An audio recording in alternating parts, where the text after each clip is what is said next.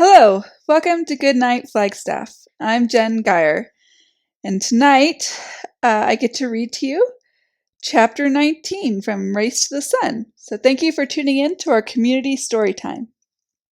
You can find a new chapter from one of our favorite family-friendly books at 8 p.m. each weeknight on the Literacy Center's YouTube channel and on Creator Radio, a local online radio station. The previous chapter is replayed on Creator Radio each weeknight at about 7:45, just before the new chapter airs. You can also listen to all previous Goodnight Flagstaff recordings on YouTube. We are currently reading Race to the Sun by Rebecca Roanhorse. If you'd like to check it out to read along with us at home, it is available in the Hoopla app with your Coconino County Library card. Check one out today. Please email us if you'd like to join our team of readers and connect with your community through stories. All ages welcome. Our email is goodnightflagstaff@gmail.com. Last time we read together, Nizhoni and her friends meet RC, the guardian of the White Mountain. He stopped shooting arrows at them when they told him about Mr. Yazzie, whom he called Little Grandpa. After warming up a bit, RC shows them where they can find the perfect white shell for their gift. It's a mountain of shells. How will they ever find the right one? Chapter 19.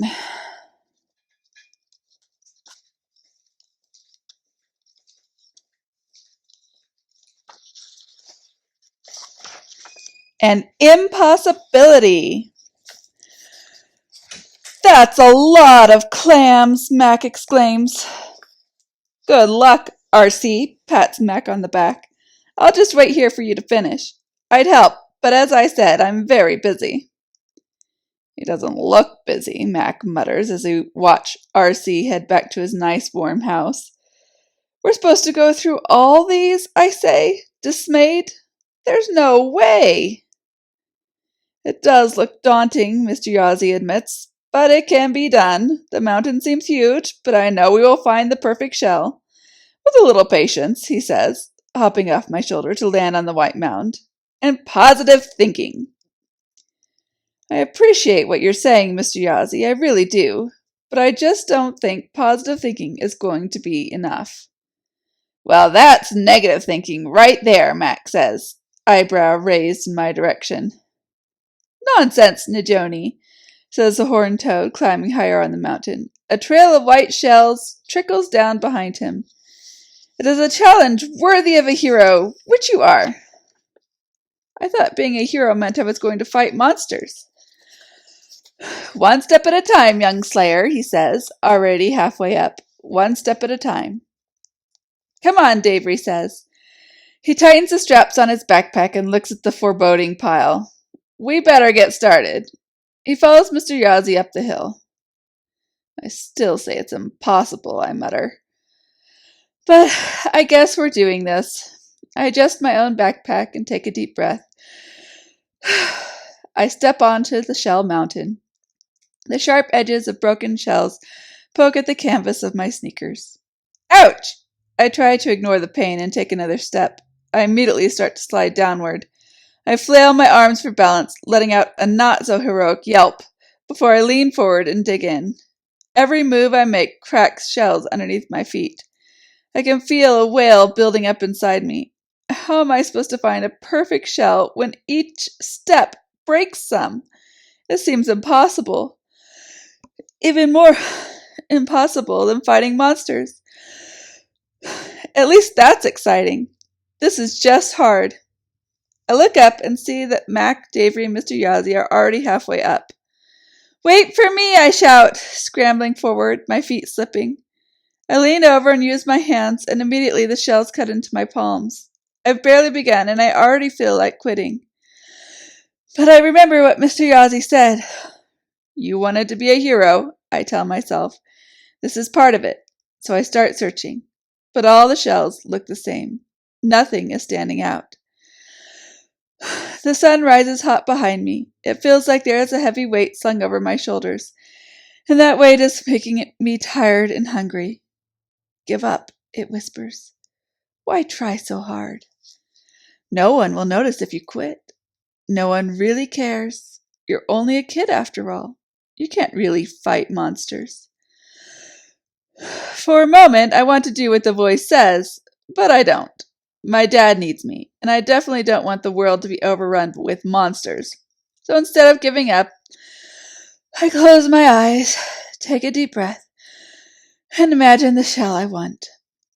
Unblemished, white and shiny, the ridges aligned perfectly. It's so clear in my mind that I can almost reach out and touch it. I lean down, stretch forward, and let my hand graze the shell. And I know it's the one. I open my eyes and look. A perfect, smooth, white shell rests in my palm. Yes! Victory! I found it! I shout. Mr. Yazzie, Davery, and Mac look down at me from higher up on the mountain. I wave the shell over my head. I found a perfect one!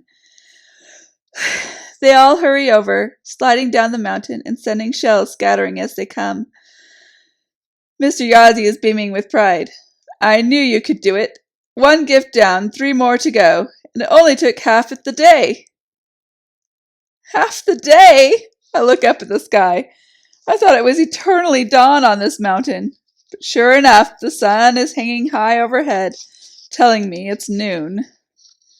I guess I lost track. My heart sinks. That's a half day more my father has been in captivity, and I still have no idea where he is. To keep myself from crying, I concentrate on wrapping the shell in a semi-clean tissue from my pocket and tuck it in my backpack. That wasn't so bad. Where to next? Mac asks as we make our way down the shell mountain. This is like a game to him. I'm glad he doesn't have to worry about Dad. Before Mr. Yazzie can answer, a dark shadow crosses between us and the sun. We all look up as something the size of a car swoops over our heads. Something with huge wings, a feathered tail, and a sharp black beak. The giant bird circles and then lands 15 feet in front of us. Its feathers are a glossy midnight black, and it fixes us with an unblinking eye as it opens its mouth ominously. Birds eat horned toads, Davery murmurs. Do you think he's here to catch Mr. Yazzie? Mac asks anxiously. Get behind me! I shout, fearing the bird is another monster. I grab Mr. Yazzie and tuck him into the neck of my hoodie. He sputters and hisses. Let me go, he shouts. The audacity! I'm trying to protect you. From what? I assure you, I don't need protecting from the herald of Deben Nisa. She's a noble creature. Hello, Che, the bird says in a melodious voice. I heard you were on Cisnajinne this morning, and I had to come see for myself. And you've brought 3 children with you. How unusual. These are no average children. These siblings have inherited the powers of Monster Slayer and born for water, and their friend is very wise, surely destined to be a scholar. His prediction doesn't surprise me. Davery is already a genius.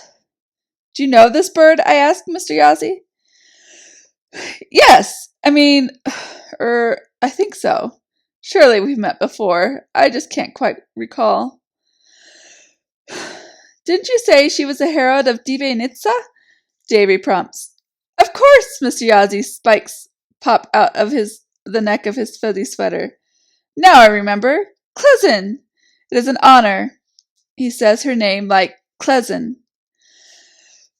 The honor is mine, Clezen says, ducking her head and a small bow. I am the herald of Divenitsa, the mountain of the folding darkness, the northernmost sacred mountain and the home of the jet guardians and the blackbird heralds. Folding darkness, Davery murmurs. I don't like the sound of that. Well, it is good to see you again, little Shay, Clezen continues. I am here for another reason. And what is that, Black Mountain Herald?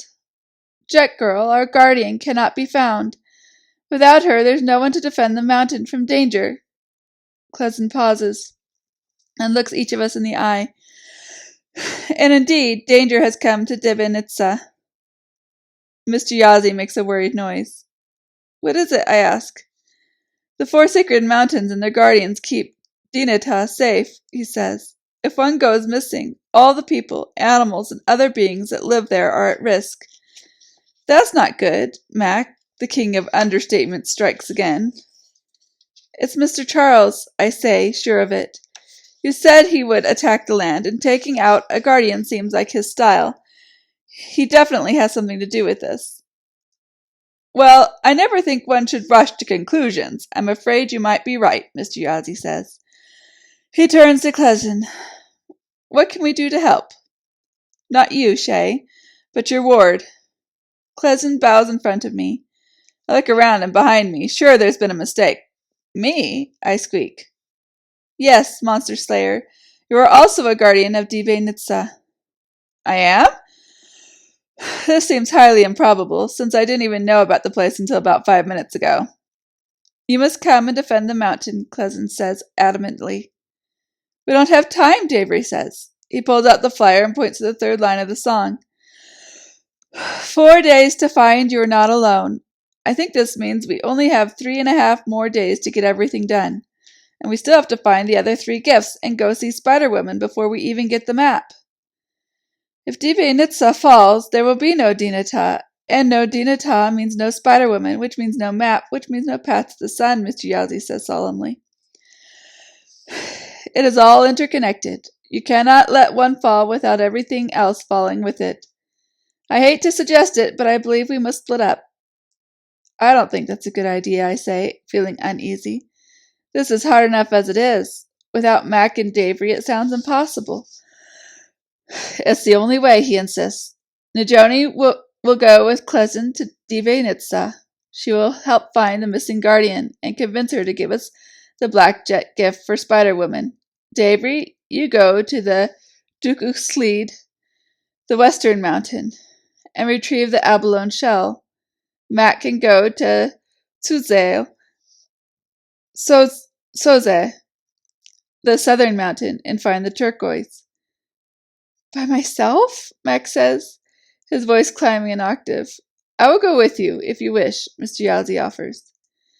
Didn't the song say we're all supposed to stick together? I ask. It also said we were supposed to beware the friendly toad. We don't have a choice, Mr. Yazzie says forcefully. We weren't given much time to begin with. We will run out of time if we don't split up. Even if we agree to split up, Davery says, how are we going to get to the other mountains? Leave that to me, says Clezen. She takes a step back, lifts her beak, and begins to sing. Her song is beautiful, a trilling, twisting melody that fills the winter air. It rises into the sky and travels toward the top of the world, beyond Nizhoni. We all listen, rapt. When she finishes, Mac claps politely. I have called the heralds of Soze and Dukuslid, Clezen explains. They will be here momentarily. Each herald will take you to their mountain and alert the guardian to your presence, and the guardians will help you find what you need. How will the heralds take us? I ask nervously. Are you going to carry us in your talons? Clezen blinks at me, and I'm pretty sure she's smiling. Talons? No. Carry? Yes. You will each ride on one of our backs. Nizhoni will ride on mine. Well, Davery says, I certainly didn't see that coming.